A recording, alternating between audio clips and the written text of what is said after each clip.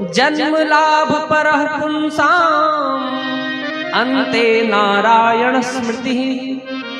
परीक्षित, क्या तुमने सोचा है कभी कि ये मानव जीवन मिला क्यों है? भोगों को भोगने के लिए, बाल बच्चों को पैदा करने के लिए? ये तो सामान्य परीक्षित जीव जंतु भी कर रहे हैं। चींटी का भी अपना परिवार होता है, छिपकली का भी अपना परिवार होता है, घोड़े गधों का भी अपना परिवार होता है। नहीं तो क्या उनकी तरह ही आओगे और मर जाओगे?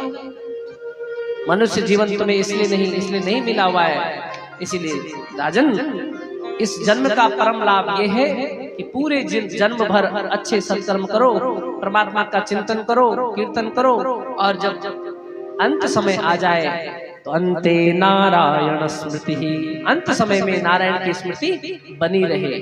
और यही सबसे कठिन है।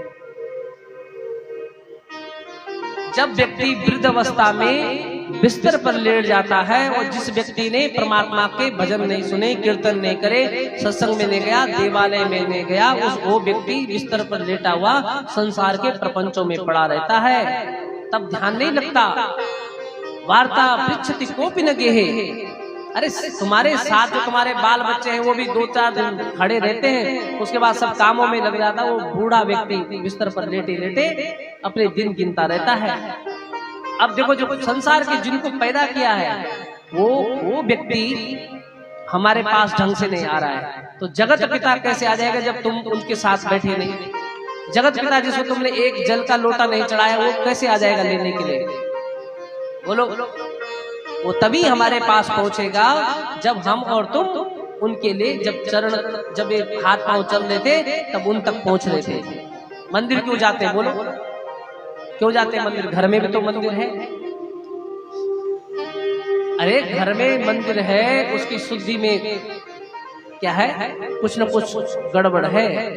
वहां भोजन इत्यादि जो बन रहा है वो मंदिर को दूषित करता है। इसलिए उसको उन पापों को समन करने के लिए मंदिर का आश्रय लेते हैं। मंदिर में एक पुजारी आपको 2-3 दिन जब नहीं दिखते हैं तो पुजारी पूछ लेता कि दिखाई नहीं दिए। तो जिस जगत पिता को ढूंढने के लिए मंदिर में एक जल का लोटा चढ़ाने के लिए गए थे, वृद्ध अवस्था में वो देवता तुम्हारे एक लोटे जल की प्रतीक्षा में बैठा रहता है, ढूंढता है कि वो कहाँ गया होगा। तो उसी को ढूंढते ढूंढते उस बिस्तर पर पहुंचेगा जो उसके लिए, उस जल के लोटे को चढ़ाने के लिए पहुंचता था। कि जो मेरे पास रोज आता था, आज वो बहन कहाँ गई होगी? जो पुरुष, जो भाई मेरे पास रोज आता था, वो कहाँ गई होगी? कहाँ गए?